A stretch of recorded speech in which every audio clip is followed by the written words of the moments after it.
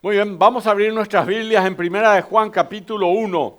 Estamos estudiando el libro de Juan, ya hace unos días empezamos. La semana pasada hicimos un paréntesis porque estuvimos hablando un poquitito acerca de la oración. No sé si a alguien le sirvió, pero a mí sí. Para mí fue importante, echando toda nuestra ansiedad sobre Él porque Él tiene cuidado de vosotros, dice el Señor. Qué lindo pasaje tocó Willy Monjau, nos ayudó muchísimo a entender eso. Y por el otro lado, estuvimos en la conferencia sobre por qué sufre el justo, ¿no? Hablamos un poco de Job, ¿verdad? Y el sufrimiento de Job, ¿verdad? Un sufrimiento que tuvo en todas las áreas de su vida. Imagínate en lo emocional, su propia esposa le dice, maldice a tu Dios y muérete. Imagínate. Sus hijos mueren, tenía un problema emocional tremendo, sus amigos lo rechazaron y así podemos hablar un poco del sufrimiento financiero, perdió todo lo que tenía, perdió sus amistades también, pero perdió todo el dinero, todos los animales, todo lo que tenía, su sufrimiento en todas las áreas de la vida fue, y su salud también fue así porque él enfermó de una manera que realmente era terrible, ¿verdad? Pero hoy vamos a hablar de 1 Juan capítulo 1, versículo 5, y dice así, este es el mensaje que hemos oído de él. Juan el apóstol dice eso. Juan desde luego le escuchó al Señor Jesucristo, desde luego él estaba sentado al lado del Señor Jesucristo en la última cena, dice que estaba al lado de él el discípulo a quien él amaba. Cuando Juan escribe el libro de Juan, él nunca se dice, yo Juan estaba a su lado, sino él dice, el discípulo al que el Señor amaba. El discípulo que el Señor amaba. Y esta es una carta del amor. Primera de Juan en el capítulo 4 va a decir, Dios es amor. Dios es amor y en el original en el griego, saben que la Biblia fue escrito en griego, el Nuevo Testamento y el Antiguo Testamento en hebreo, ¿verdad? Hay unas partes escritas en arameo, sobre todo porque era el lenguaje que en la época del Señor Jesucristo él hablaba. Toda la película La Pasión de Cristo, ustedes habrán visto en español, ¿verdad? Pero en realidad fue filmado en arameo, para que sepan nomás, ¿verdad? Incluso había traductores al inglés, aunque eran todos norteamericanos los que firmaron, pero después fue hablada en arameo, realmente, que era el lenguaje original de la época del Señor Jesucristo. Entonces acá Juan comienza diciendo, este es el mensaje que hemos oído de él, porque él estuvo con Jesucristo y os anunciamos. Y acá viene el anuncio, y miren lo que viene, Dios es luz, Dios es luz y no hay ninguna tinieblas en él. Si decimos que tenemos comunión con él, van a encontrar varias veces, lo pueden comenzar a subrayarlo, si decimos. Si vos decís esto, dice acá, vamos a hablar de esto hoy. Si decimos que tenemos comunión con Él y andamos en tiniebla, mentimos. ¿Entienden? No puedes decir tengo comunión y andar en tiniebla. Mentimos y no practicamos la verdad. En realidad, además, no practicás la verdad. Y después dice, y si andamos en luz, como Él está en luz, tenemos comunión unos con otros y la sangre de Jesucristo, su Hijo, nos limpia de todo pecado. Otra vez, versículo 8. Si decimos, otra vez, si vos decís esto, si decimos que no tenemos pecado, nos engañamos a nosotros mismos. Este es un problema que te engañas a vos mismo. Y la verdad no está en nosotros. Luego, si confesamos nuestros pecados, Él es fiel y justo para perdonar nuestros pecados y limpiarnos de toda maldad. Y luego, versículo 10, otra vez, si decimos, subrayen allí, que no hemos pecado, le hacemos a él mentiroso y su palabra no está en nosotros. Aquí todos sabemos que siempre en la vida hay enemigos. Debemos cuidarnos. Por ejemplo, los pájaros hambrientos tienen que cuidarse de los gatos que también están hambrientos, ¿verdad? O de los perros. Y los seres humanos, nosotros nos cuidamos muchas veces de que no nos pisen los automóviles o que no nos agarre una enfermedad que nos pueda dañar, ¿verdad? La vida verdadera también tiene un enemigo y ese enemigo se llama el pecado. Justamente este es el enemigo del hombre. Y Juan va a mencionar 8 veces aquí la palabra pecado en estos 5 versículos bíblicos. 8 veces, ¿eh? Todos tienen para anotar, ¿verdad? Así que yo voy a comenzar a darles ya enseguida para que comiencen a llevar esto. De hecho, el apóstol Juan abre una discusión acerca de la vida del cristiano, cómo debe ser, recordándonos que Dios es capaz de exponernos por completo. Dios, vos podés creer que nadie se dio cuenta que pecaste, pero Dios sí se dio cuenta. Él es capaz de exponernos por completo, es decir, que no hay nada que se oculte a los ojos de Dios. Y Juan ilustra su tema utilizando el contraste de la luz y las tinieblas, porque son dos cosas. Dios es luz y el pecado es tinieblas. Eso es lo que va a decir Juan en todos estos 5 pasajes de las Escrituras. Dios es luz y el pecado es tinieblas. Y todo lo que hay en tinieblas generalmente termina mal. Todo lo que hay en tinieblas generalmente termina mal. Por eso cuando hay un lugar muy oscuro tenemos que recordar que tenemos que buscar la luz, ¿cierto? Cuando entramos a una casa, está todo oscuro o de noche, prendemos todas las luces, ¿verdad? ¿Por qué? Porque no queremos andar en tinieblas. Y bueno, y eso mismo también dice la palabra del Señor. Así que en 1 Juan 1:5 encontramos la declaración de Juan. Este es el mensaje que hemos oído de él, dice, y os anunciamos, Dios es luz y no hay ningunas tinieblas en él. Así que no vamos a poder encontrar tinieblas en él. Y el apóstol Juan anuncia un mensaje que había oído directamente del Señor y que estaba anunciándonos, que es Dios es luz. Dios es luz, es una referencia a su santidad, es una referencia a quién realmente es Dios, su perfección, su gloria, incluso a la persona que Él es, porque en Él no hay tinieblas, no hay ninguna. No hay, por ejemplo, una esquina más oscura, ni inconsistencias morales en Dios. Dios es luz. No hay ese tipo de cosas en Dios. No hay nada malvado en Dios. No hay nada sombrío, no hay nada engañoso en Dios. Y ni siquiera hay la menor sombra de cambio moral. Dios era más moral ayer y hoy no. No hay eso. Y no hay un problema ético tampoco con Dios. El libro de Santiago, el apóstol Santiago, dijo, toda buena dádiva y todo don perfecto viene de lo alto. Desciende del Padre de luces, del Padre de las luces. Ese es el Dios que tenemos, el Padre de las luces. Y toda buena dádiva, no sé qué cosa, pero hoy vamos a almorzar, por ejemplo, a mí me parece que esto va a ser una buena dádiva. Tu trabajo, quizás los que estamos casados, nuestra esposa, nuestros hijos, toda buena dádiva, todo don perfecto desciende de lo alto, del Padre de las luces, dice la palabra de Dios. Santiago 1:17, en quien no hay, dice Santiago, cambio ni sombra de variación. Dios no va a cambiar porque estamos en el siglo XXI, Dios, tenemos que cambiar. Dios no va a cambiar. No se preocupen, Él no envejece, ni tampoco eso le hace ninguna diferencia a Él.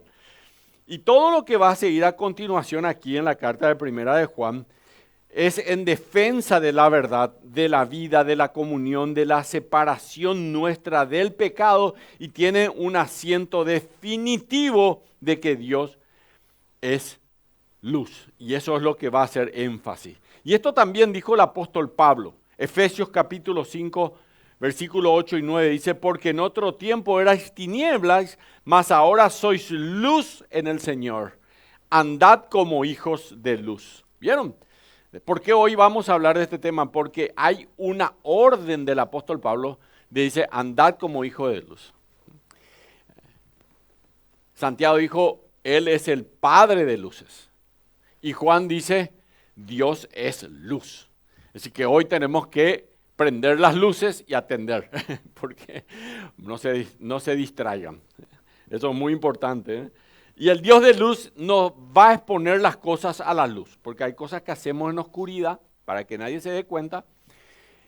Lo hicimos todos, quizás alguna vez, y Dios, sin embargo, expone las cosas a la luz. Por lo tanto, todos nosotros tenemos que ocuparnos de nuestros pecados si queremos disfrutar la vida que es verdadera, que es la vida en Cristo. Muchos dicen, el ladrón, Satanás, dice Juan capítulo 10, el apóstol Juan justamente escribió también el Evangelio según San Juan, no viene sino para hurtar, matar y destruir. Y Jesucristo dijo, yo he venido para que tengan vida y para que la tengan en abundancia. Nuestro problema es que queremos tener un pie en este mundo y con nuestro pecado a este lado, y otro pie con Cristo. Y después nos quejamos porque no tenemos todo lo que dice la Biblia. ¿Por qué no se cumplen ni esto, aquello? Pero yo estoy con un pie en este mundo y el Señor no quiere nadie a medias. Dios quiere personas que realmente conozcan, entiendan y entreguen su vida. El Señor Jesucristo murió parcialmente en la cruz del Calvario o murió de verdad. Él dijo, no, voy a sufrir un poquitito por ello. No, Él dio su vida, entregó todo. ¿Y qué Él está pidiendo a nosotros? Lo mismo, que podamos entregar nuestras vidas al Señor Jesucristo. Así que, ¿cómo podemos lidiar con el pecado? Nos hacemos preguntas rápidamente. Para experimentar, cada creyente tiene que hacerse esta pregunta. Acá Juan, el apóstol, también pensó en esto, ¿verdad? Y se tiene que enfrentar a esta realidad. Para experimentar esa verdadera comunión con Dios necesitamos honestidad, necesitamos honestidad en los aspectos siguientes de la vida. En primer lugar, seamos honestos en cuanto a nuestra comunión. Eso es lo que dice el versículo 6. Tomen en cuenta lo que dice allí la palabra de Dios. Hay tres frases condicionales que supuestamente se hacen.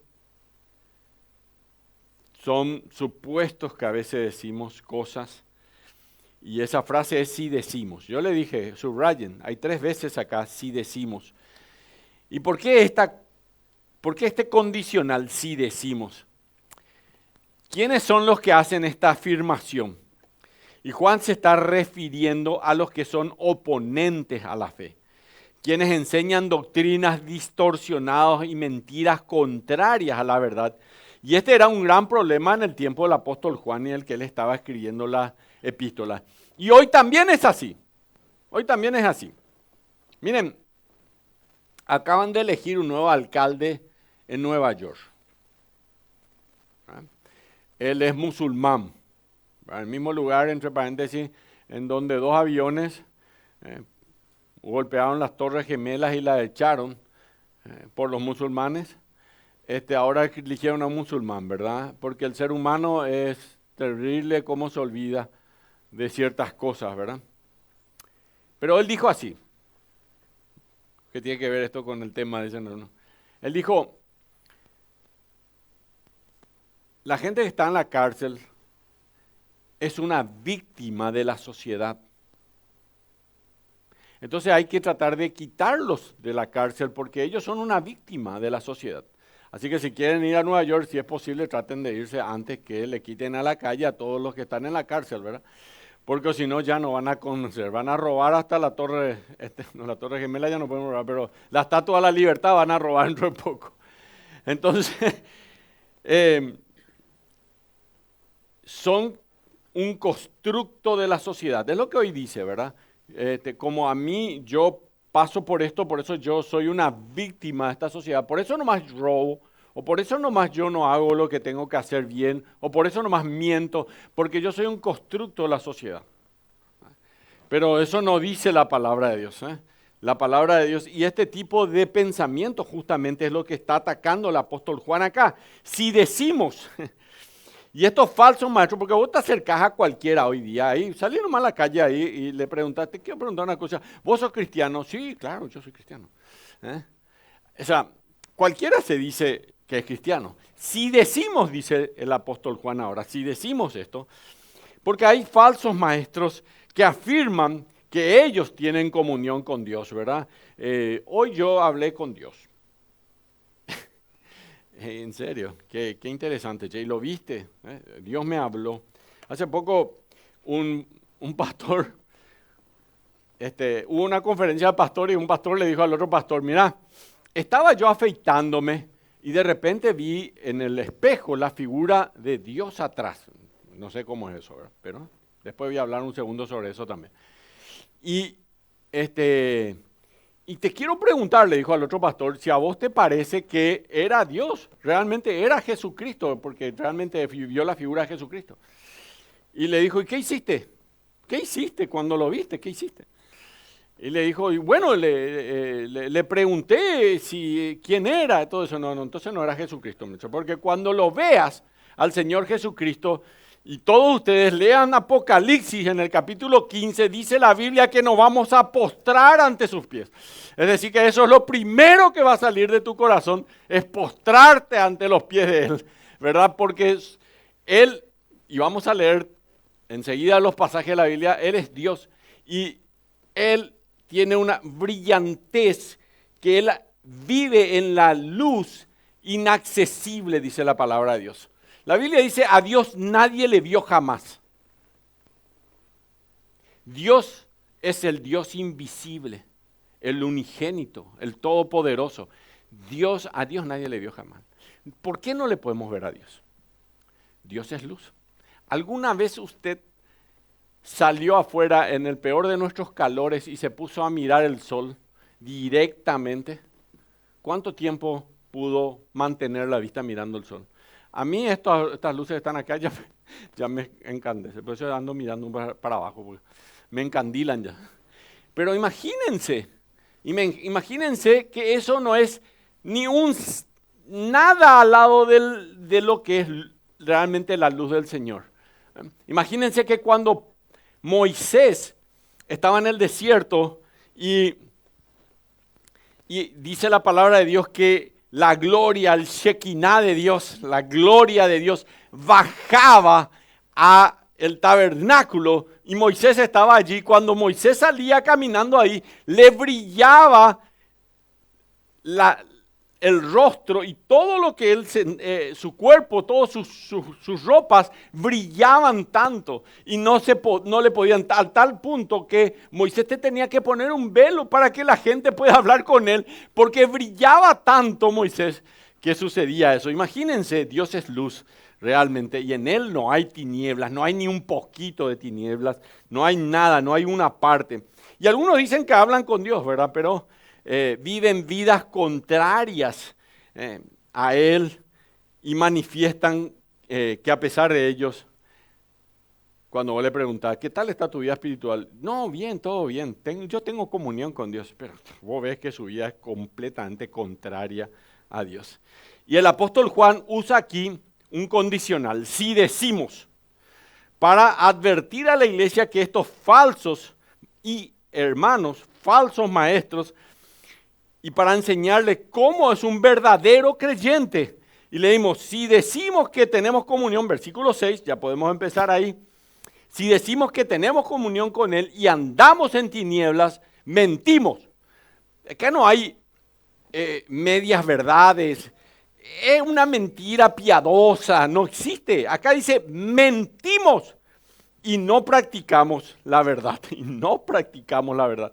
Y Juan está escribiendo a verdaderos creyentes para que entiendan que la comunión con Dios es algo que se debe demostrar. No es que yo digo tengo comunión con Dios, pero mi vida en realidad no se demuestra. Tengo que demostrar y no solamente decir que tengo comunión, como lo hacían estos falsos maestros.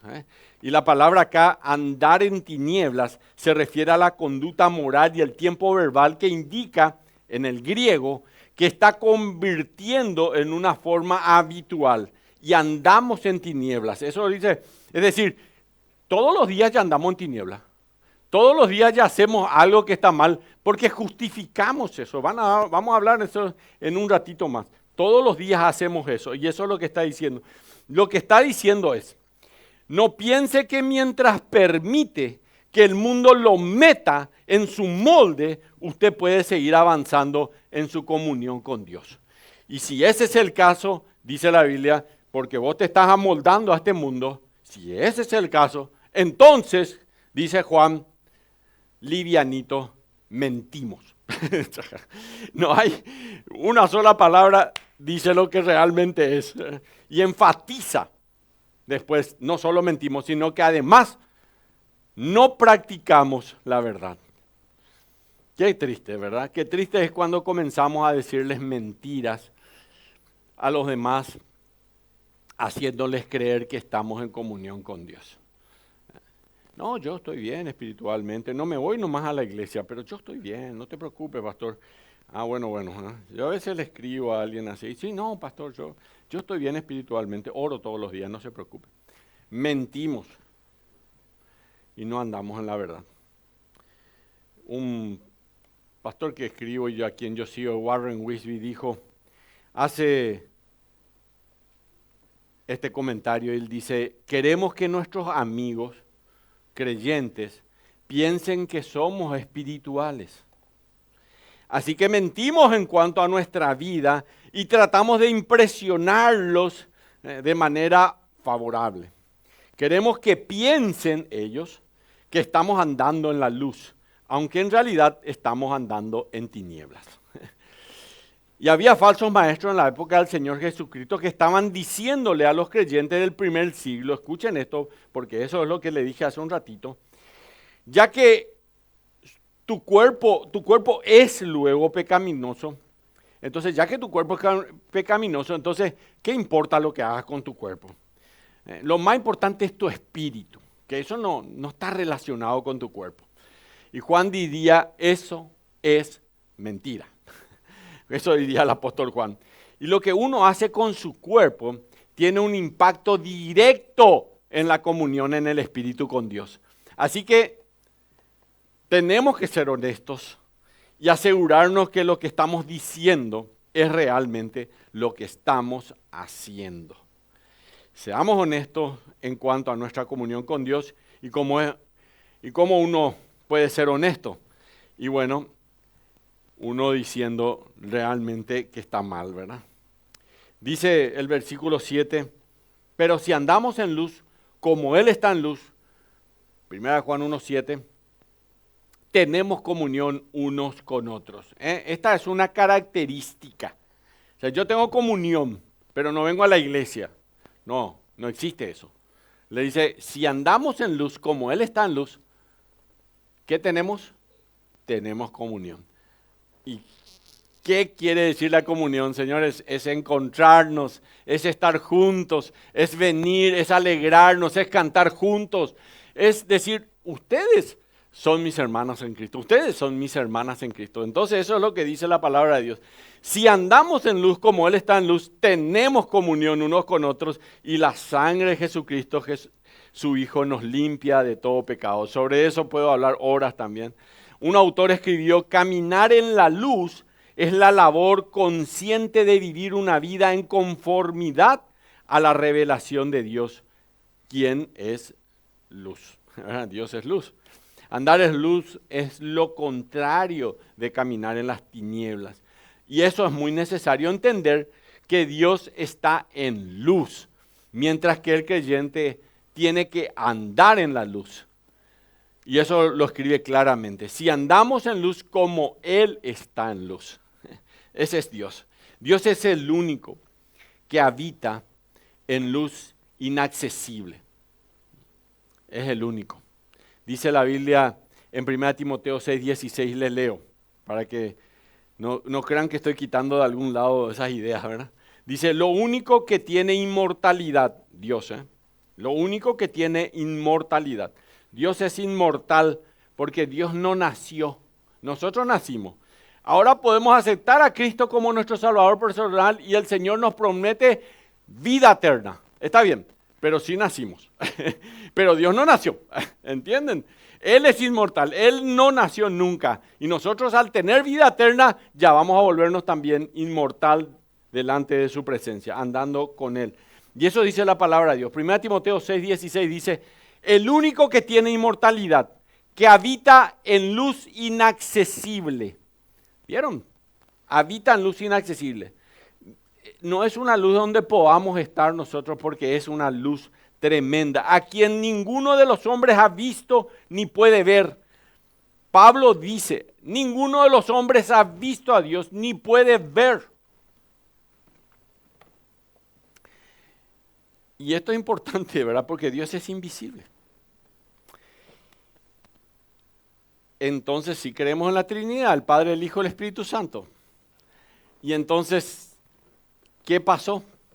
La Biblia dice, el apóstol Juan, aquel verbo fue hecho hombre y habitó entre nosotros y vimos su gloria. Por eso Él vino para morir en la cruz del Calvario. Y cuando lleguemos al cielo, ¿vamos a poder ver al Dios invisible?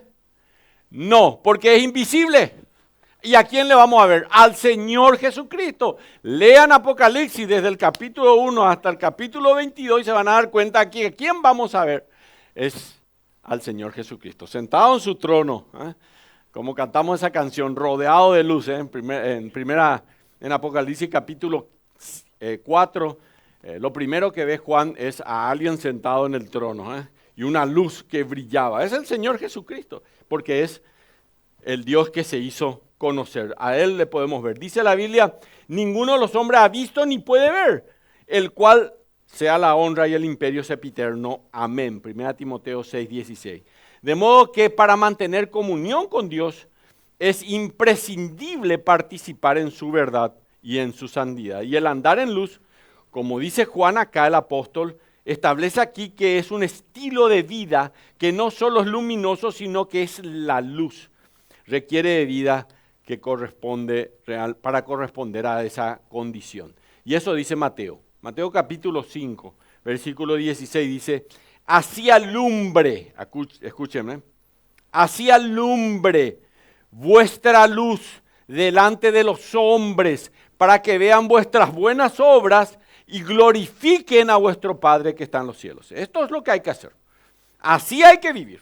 Alumbre vuestras buenas obras delante de los hombres para que vean y glorifiquen al Dios el Padre. Así que la consecuencia de andar en la luz es la comunión entre los hermanos,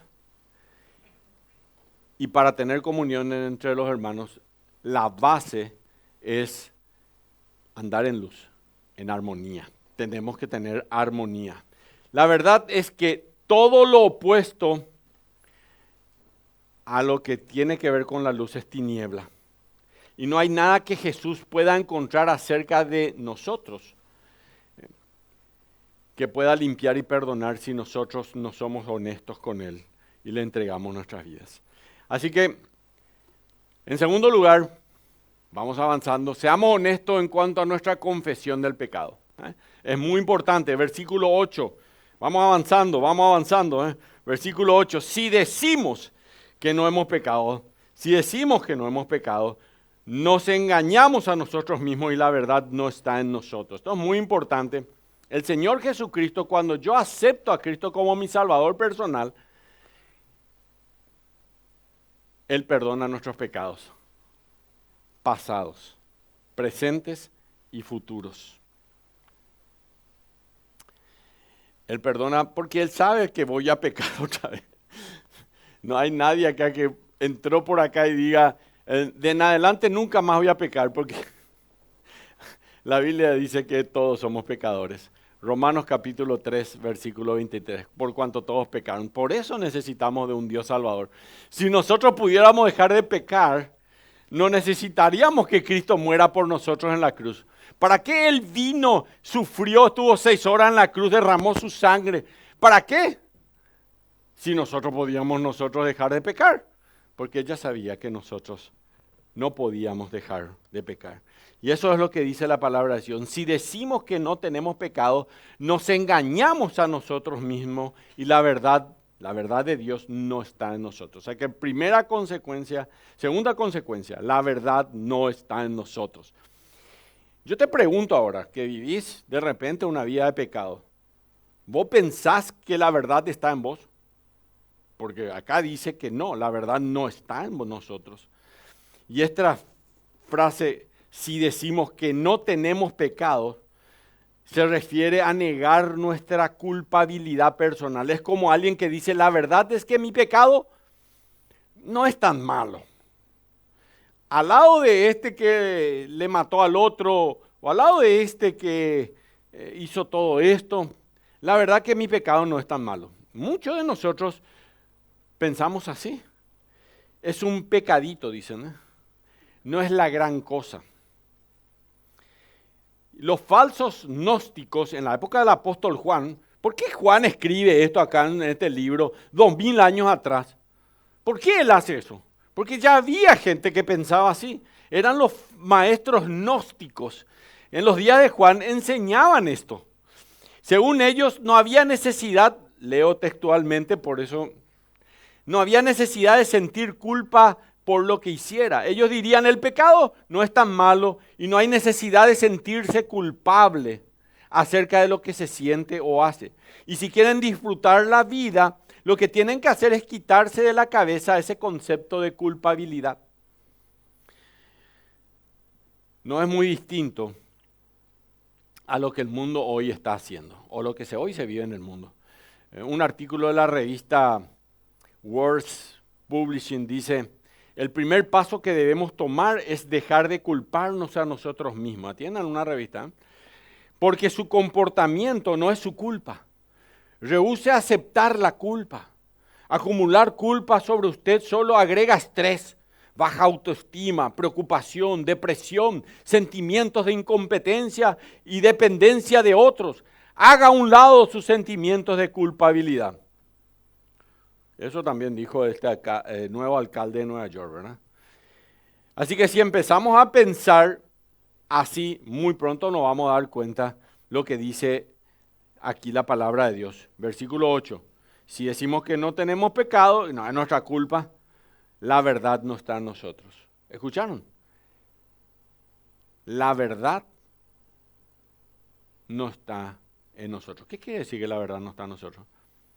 No somos cristianos. Eso quiere decir. Un verdadero cristiano tiene la verdad en él. Y acá dice, si nosotros decimos que no es un pecadito nomás, no es nada, la verdad no está en nosotros. Si vos comenzás a minimizar eso en tu vida, la Biblia dice la verdad no está en nosotros. Así que nadie puede negar, tienen allí escrito, que el pecado afecta ocasionalmente la vida del creyente. Lo único que pide nuestro buen Dios es que cuando hayamos fallado, confesemos nuestros pecados a Dios. Primera de Juan 1:9 dice entonces, si confesamos nuestros pecados, Él es fiel y justo para perdonar nuestros pecados y limpiarnos de toda maldad. ¿Y qué significa confesar? Confesar nuestros pecados quiere decir mucho más que un simple hecho de admitir, yo soy pecador, Señor. Sino, es la palabra confesar significa decir lo mismo acerca del pecado. Confesar el pecado significa decir lo mismo que dice Dios del pecado que cometí, ¿verdad? Y por eso se necesita honestidad. Esto está mal. Esto que hice no está bien. Eso es confesar. Señor, tenés razón. Esto que hice estaba mal. Y yo estoy de acuerdo contigo. Mientras solamente sea una cuestión emocional y no sea una convicción de que lo que hiciste estaba mal, entonces probablemente no entendiste todavía el Evangelio. No lo entendiste bien. Un escritor lo dice así, la confesión no es la expresión de una oración amorosa, ni la presentación de excusas piadosas. Yo nomás soy muy pecador, es mi punto débil, Señor. Ni el intento de impresionar a Dios o a los demás creyentes. La confesión verdadera es nombrar al pecado como pecado, llamarlo de la manera que Dios lo llama. A la envidia no es, la verdad que siento algo contra esa persona, no, envidia se llama eso. Al odio llamarle odio, al engaño o a lo que sea llamarlo por su nombre. Confesión simplemente significa ser sinceros con nosotros mismos y con Dios. Y si hay otras personas involucradas, ser sinceros con ellos también, si es necesario. Así que eso es confesar el pecado a Dios.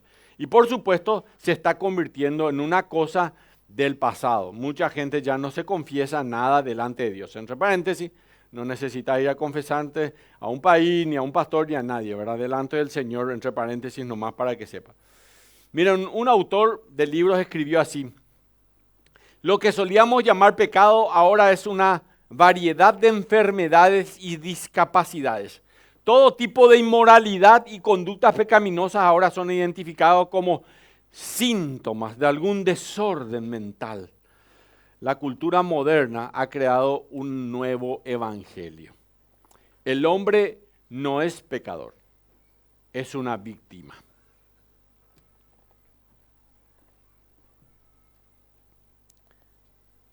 Así es. Le digo, no se tienen que olvidar que el pecado del cristiano le afecta a él mismo y también le afecta a Dios. Tampoco debemos pasar por alto que cuando el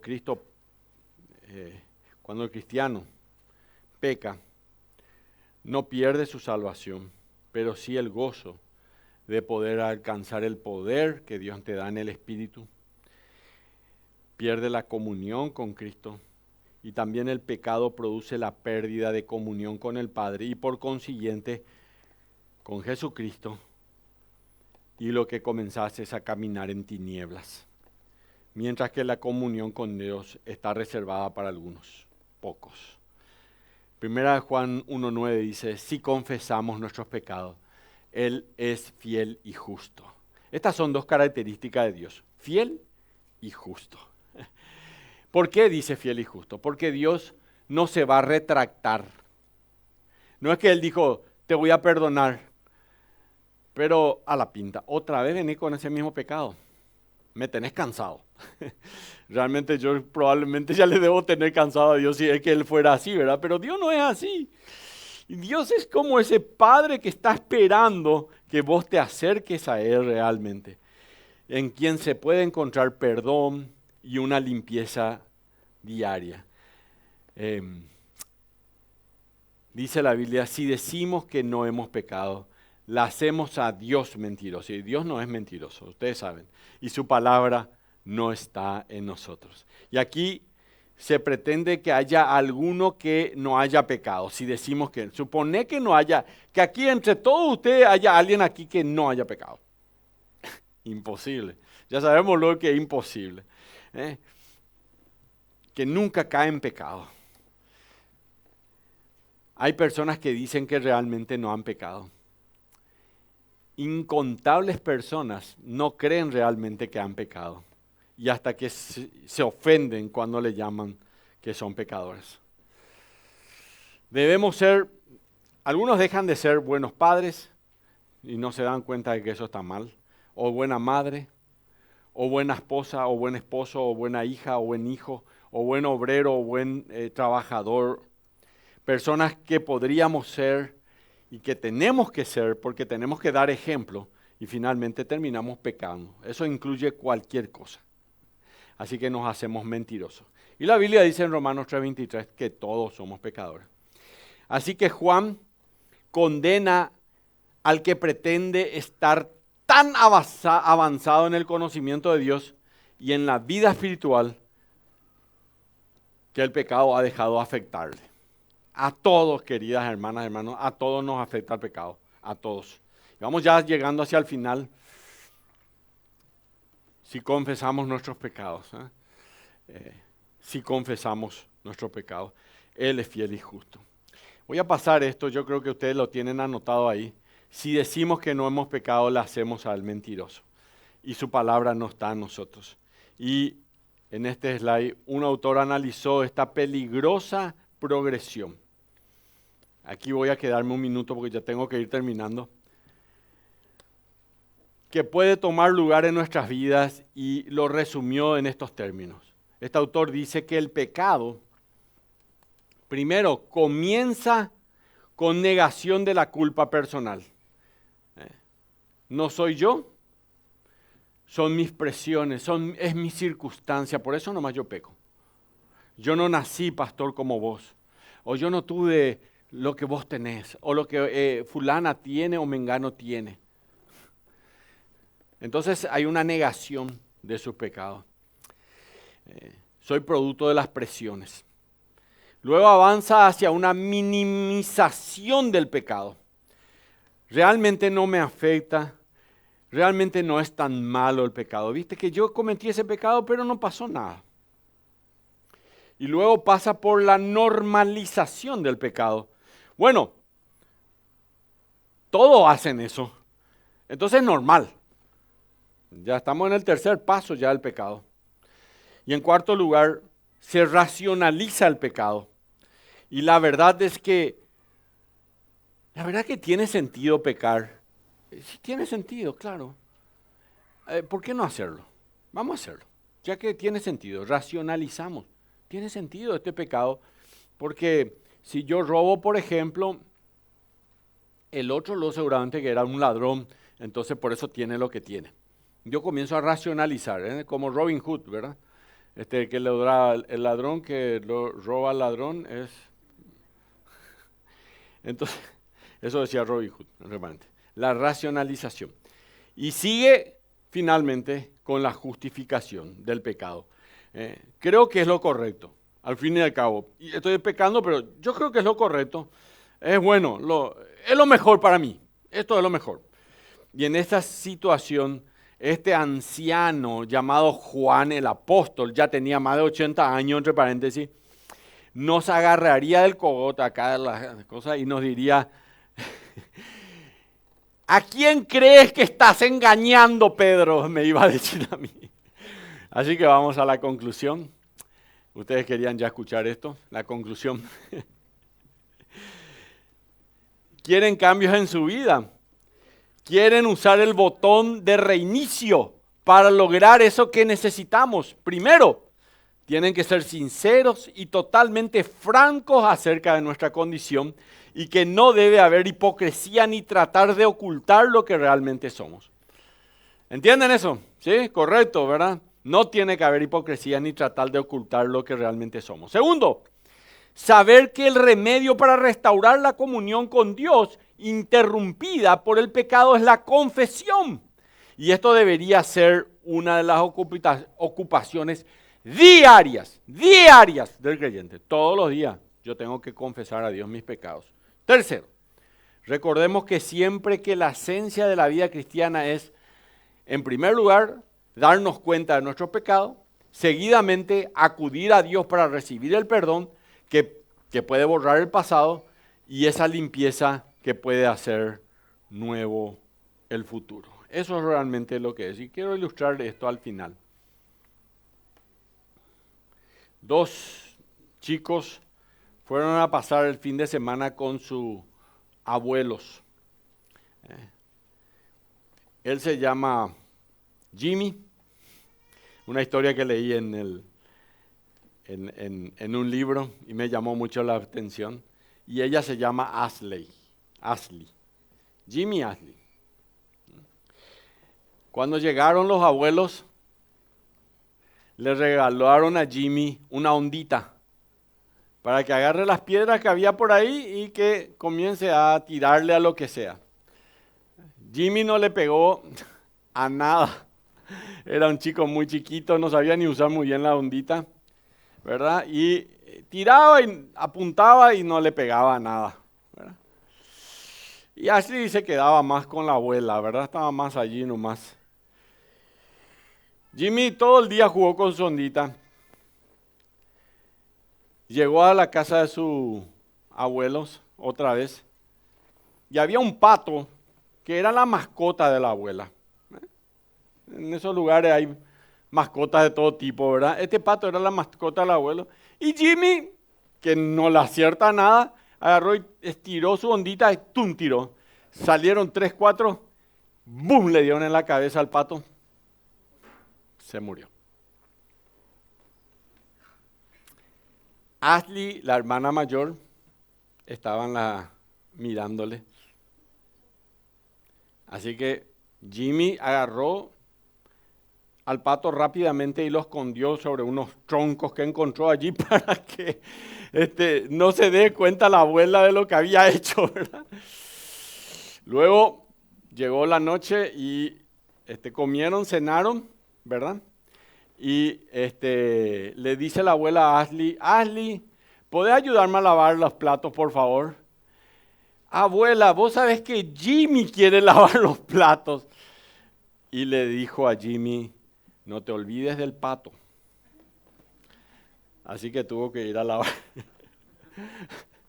los platos. Al día siguiente se levantó el abuelo, le dijo, bueno, nos vamos a ir con Jimmy y Ashley a una tarde de campo aquí. Abuela, así que te vamos a dejar. No, Ashley se va a quedar conmigo porque ella quiere trabajar conmigo acá. Me dijo, no abuela, vos sabés que Jimmy lo que se quiere quedar contigo. Y le dijo a Jimmy así despacito, no te olvides del pato. Así que pasaron los días, qué lindo fin de semana para el pobre Jimmy, ¿verdad? Hasta que un día ya no dio más y se fue y le dijo a la abuela, ¿sabes qué, abuela? ¿Te acuerdas del pato? Sí, me acuerdo, ¿dónde está? Yo le maté al pato. Le dijo la abuela, vos sabés que cuando vos le mataste al pato hace una semana atrás, yo estaba allí mirándote también por la ventana. Yo me di cuenta y estaba esperando que vengas. Sufriste por eso que hiciste, pero yo estaba aquí. Yo te quería perdonar y te quería abrazar. Así que sufriste por una semana por no venir a confesarte eso que habías hecho. Y esto es lo mismo que el Señor quiere de nosotros. Dejen de sufrir por esos pecados que tienen. Este es el momento de pedir perdón a Dios. Vamos a orar. Quizás este sea el día en que Dios te llamó para que le digas a Él, ven a mi corazón y ven a mi vida, Señor. Capaz sabías, pero no te diste cuenta de que no estabas actuando como deberías. Llegó el momento en el cual le digas a Cristo, Señor, ven a mi corazón, te necesito. Quiero que le digas, Señor Jesús, ven a mi vida, Señor. Ven a mi corazón. Perdóname, Señor. Te confieso que soy pecadora o que soy pecador. Tú sabes lo que hago mal, Señor. Tú sabes. Pero sé que Cristo murió por mis pecados. Sé que Él pagó el precio de mis pecados. Y ya no quiero cargar con este pecado, Señor. Te pido perdón. Abro mi corazón para que Cristo sea quien guíe y domine mi vida en adelante. Y te confieso que soy pecador. Te pido perdón, Señor. Me arrepiento de todo corazón. En el precioso nombre de Cristo Jesús. Amén. Vamos a ponernos de pie, vamos a cantar una canción al Señor juntos y luego nos ponemos a comer milanesa con puré de papa. Ya todos están esperando eso, ¿eh? Cantamos.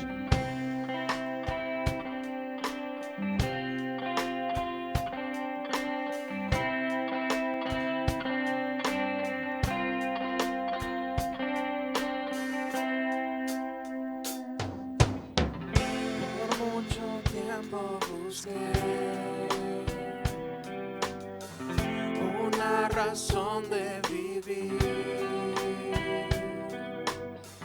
en medio de mil preguntas, tu amor me respondió. Ahora veo la luz y ya no tengo temor. Tu reino vino a mi vida.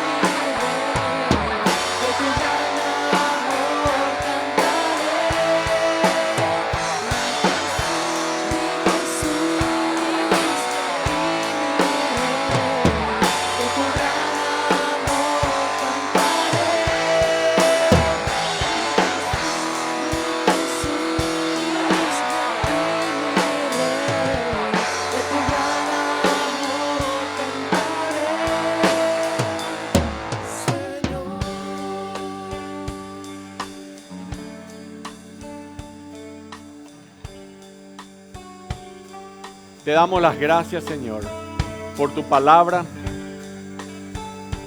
No salimos igual, Señor, de acá. Has tocado lo más profundo de nuestros corazones. Y queremos, Señor, vivir como verdaderos creyentes. Te pedimos que hoy también tengamos un tiempo de comunión en este almuerzo juntos. En el nombre de Jesús. Amén.